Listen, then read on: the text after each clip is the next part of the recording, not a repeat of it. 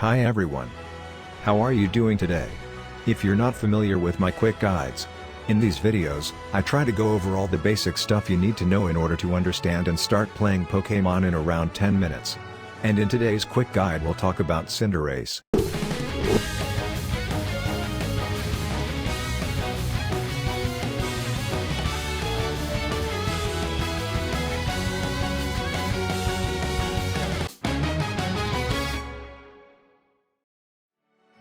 Cinderace has a simple but effective kit. He has everything he needs to excel as an attacker specialized in long-range basic attacks. That is, an insane attack speed and great mobility, making it harder for your opponents to get close to you, and as a bonus, one amazing move to last hit objectives. With a little bit of practice, you'll be able to have access to one of the highest damage outputs in the game. As long as you're good at surviving, that is. And as I said, this Pokemon's main strengths are the massive single target damage, great at clearing objectives and players alike, and the strong mobility options. Cinderace isn't a Pokemon that shines in the early game and goes down really easily once someone is able to get close to you, so you'll need to be careful with your moves while positioning yourself properly, so you can outrange your enemy's attacks. And since Cinderace really can benefit from reaching a high level, the best way to get around the need for experience is to play this Pokemon in the central area. Since you'll need all the farm you can get, you'll be really weak before level 7. So there's no reason to play this Pokemon in any other lane. Now that we already know a little bit about today's Pokemon, let's head to the practice area to see what Cinderace can do inside your matches. I'll start by talking about both the passive ability and the basic attacks, since they're closely related, for the most part. Every time deal damage to an enemy with a boosted basic attack, which is this bigger ball that does more damage, or a move, you'll apply 2 marks to that target. Your regular basic attack will apply only 1 at a time. Once the 5th mark is applied, your opponent will receive some damage. This damage is based on your attack stat, with a small bonus based on the target's maximum health. Against wild Pokemons, this bonus is capped at 500. Your passive also makes you stronger when you're at half HP or below. You'll get 10% more critical hit chance and 20% more attack speed for 5 seconds. This ability will go on cooldown for 30 seconds afterwards. Also, you'll get a boosted basic attack every time you use any of your moves, and it also can be stored for as long as you want. For your first moves, you'll have to choose between Ember or Low Sweep. You'll get the other one at level 3. Both are good choices, so pick whichever you like first. Let's first talk about Ember. You'll shoot a fireball that reduces your enemy's attack and special attack by 5% for 2 seconds and applies a burning effect that deals damage every second for 3 seconds. This move doesn't deal a lot of damage by itself, but you have to remember that every move gives you a boosted basic attack. So if you walk into a fight with your boosted attack ready, you can do boosted, Ember and another boosted, to get a little combo to get a quick burst of damage. This move mainly works as some extra damage between your basic attacks. And I'll say it right now, Cinderace doesn't have many tools to last hit farm. So here's my reminder, try your best to play this Pokemon in the central area, so you can get better results. Your other move option is Low Sweep. It's a dash that deals close to no damage. You can jump through walls, so you can use it to get to the central area faster and also to help you clear your farm faster due to some extra damage and an extra boosted basic attack. But when you're fighting other players, you'll mostly be using Low Sweep to move around. You can use it to retreat or to chase someone. After you reach level 5, you will not learn any new moves. But that shouldn't bother you a lot. If you're going to play Cinderace, you better be prepared to press your basic attack. Then finally, when you reach level 7 and get to pick a new move, it can be either Pyro Ball or Blaze Kick. Starting with Pyro Ball. You kick a huge fireball that pierces through enemies, dealing a lot of damage and applying the same effects as Ember, a burn and an attack and special attack reduction. When this move upgrades, the cooldown of Flame Charge or Feint will be reduced by 3.5 seconds. We'll talk more about those moves later. The damage you get from Pyro Ball is crazy, so you can tell this is a good move for you to secure farm. But besides that, this is your only move that can deal damage to enemies hiding in the tall grass, since you have to aim your Pyro Ball. That may come as a disadvantage sometimes as well, since you can actually miss it. But don't worry, the hitbox is not that small, the move comes out relatively quick and the cooldown is quite low. One thing about this move is that you don't need to change your position to use it. That can be helpful if you're feeling like someone will be able to get to you if you change your position.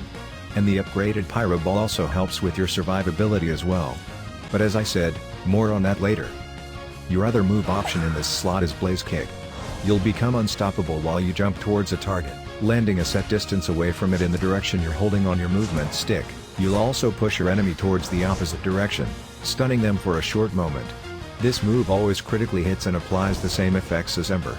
Both the first jump and your landing can go through walls. When this move upgrades, your movement speed will be increased by 65% for 3 seconds after using Blaze Kick. Both moves receive their upgrades at level 11. This is Cinderace's best mobility option. You can cover a lot of distance and can be used both offensively or defensively. If someone jumps towards you, you can just use Blaze Kick and jump towards the opposite direction and you're now safe. Or if it's your time to go into the offense, you can use this move to chase your enemy, leaping in the direction they're running, so you can finish them off with your basic attacks. Don't forget about the small stun you get when you're pushing your enemy. It can be used to give your teammates some time to attack while putting your enemy in a bad spot by changing their position slightly. If you're really good with this move, you can also protect yourself from some scary moves by making yourself unstoppable. It doesn't last for very long, so you'll need to be very precise with your timing. Although Blaze Kick seems very useful already, it's not as straightforward as Pyro Ball. You'll need to put some thought into when to use it, so you don't get instantly knocked out. And after you reach level 11, this move will really start to shine. The attack speed you get is insane. You'll be able to quickly melt through any health bar. Your next moves will be available once you reach level 8. Your options here are either Flame Charge or Feint. Both options are very important tools to help you survive through the match. Let's start with Flame Charge. This is basically the same thing as Low Sweep, but with slightly more damage, but not nearly enough to use this move to deal damage. When this move upgrades, your next boosted basic attack will also slow your target by 30% for 2 seconds. So, this is basically the same as Low Sweep. You'll mostly use this move to reposition yourself. The good thing here is that the cooldown is shorter, at 5 seconds. Making it so you can use this move more often. If you're going for Pyro Ball alongside this move, your cooldown will be even lower most of the time. The slow effect you get from the upgraded Flame Charge is a nice bonus on top of it, that can be quite helpful in some situations. Your other option for this move slot is Feint. This move will make you walk 25% faster for 2 seconds and will give you invincibility for almost 1 second. When this move upgrades, your next 3 basic attacks will heal you 30% of the damage dealt. Both moves receive their upgrades at level 13. This is a more straightforward way to avoid being hit. You just press the button and will become invincible for a short time. The increased movement speed will help a little with your positioning, but will not give you an instant dash and you won't be able to go through wall. The main reason to use this move is your invincibility frames. If you can time Feint properly, you will take no damage, giving you enough time to escape or to finish your fight, since you'll still be able to use your other moves.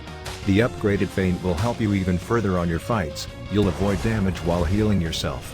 The cooldown is longer than Flame Charge, so you'll really need to be careful to not waste this move. When you reach level 9, you'll unlock your Unite move. With 112 seconds of cooldown, Cinderace will become unstoppable while shooting a giant fireball with a massive reach. Although you can only aim this move at other Pokémon, the attack will land on their current position once you activate the move, dealing damage to that area. The damage dealt is increased by 14% of the target's missing HP and your movement speed will be increased by 10% for 5 seconds. This buff will stack with your Unite buffs, which are 30% more movement speed, 35% faster attack speed and a shield equal to 20% of your maximum health. Finally, you have your move to secure objectives with Cinderace. You can quickly clear even Rayquaza, then use this Unite to secure due to the incredible bonus damage based on the target's missing health. Not only that, but you can also use this move to get some damage and start your fight with an amazing attack speed buff and a shield. The best case scenario is when you can use this move on some with low health, completely removing one enemy from the fight while you have your buffs active to help you with the remaining players. You can even attempt some steals due to the long range, but always prioritize fighting alongside your team. You should only try to steal Rayquaza once you're already lost the fight and your opponents are attacking it. Now that we already talked about what Cinderace can do in your games, let's take a look at how you can customize this Pokémon to better fit your playstyle. Starting with some good battle item options. My recommendations are: X Attack, to increase your damage and attack speed when you're going on the offense. Eject Button, so you can quickly reposition to either get in range or run away. Or Shedinja Doll, so you can try to avoid dangerous attacks or just wait for your cooldowns. Next we'll go over some good held items for you to use. Since most of the game you'll be using your basic attacks, both the Muscle Band and Rapid Fire Scarf are great options. The first one will make you deal more damage and the second will sometimes give a boost to your attack speed.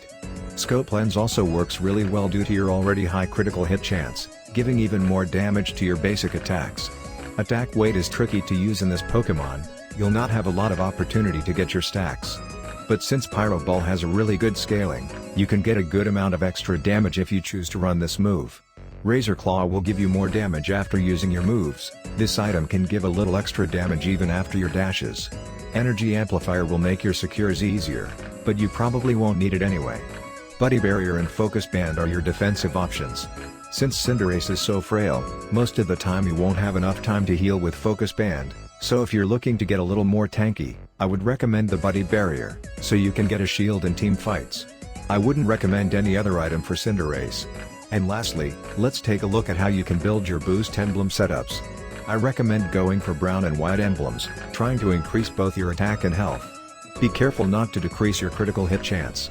Another option is to go for as many brown emblems as you can, but using only the emblems that increase your critical hit chance. And that's all you need to know in order to start playing Cinderace, but the hardest thing when playing this Pokemon is how to position yourself. It's really to tell apart a good Cinderace from a beginner and you'll be way more efficient once you can start to figure out where you have to be standing. Keep in mind that your positioning will get better with both practice and experience and it's a skill you'll carry over to all the other Pokemons. My tip to improve here is to save a replay from a match and take a look at your fights. If you got knocked out, try to think where you could be standing in order to survive in that situation, then try to apply this knowledge in the next match. The same goes for the fights where you were not able to hit your enemies because you were afraid to get caught, and check where you could be. And if you did manage to win a fight, try to understand how it happened, so you can do it again. That's all for this quick guide. If you want to see more videos like this in the future, please consider subscribing. I would really appreciate having you around. I hope you enjoyed and found this video helpful. Thank you so much for watching. And until next time.